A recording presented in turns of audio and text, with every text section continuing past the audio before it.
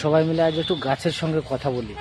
গাছ নিয়ে তো অনেক ভিডিও করলাম, আপনারাও দেখলেন, লাইক কমেন্ট করেছেন, প্রচুর ভিউ দিয়েছেন, বন্ধুদের সবাই ভালোবাসে। তো গাছের সঙ্গে একটু কথা বলে দেখি আজকে যে গাছ কি বলছে। তো প্রথমে আমি ঘুরিয়ে দেবো ক্যামেরাটাকে, তো ভালো করে দেখুন। গাছের সঙ্গে দেখুন কিছু শিকড় জড়িয়ে আছে, ভালো করে দেখুন। আর এরকম শিকড় যদি জড়ানো থাকে গাছের সঙ্গে, তাহলে পরে এরকম সাইজের আসবে। আর এরকম গাছ দেখলে পরে আপনার ভাগ্য ফিরে গেলে কখনো ভিডিওটা এড়িয়ে যাবেন না। আপনার ভাগ্য তাহলে ফিরে গেল যে জানবেন যে আপনি এখন দিনে দিনে জায়গা মতন পৌঁছে যাবেন। দেখুন ভালো করে দেখুন, গাছের সঙ্গে জড়িয়ে কিন্তু আছে এটা।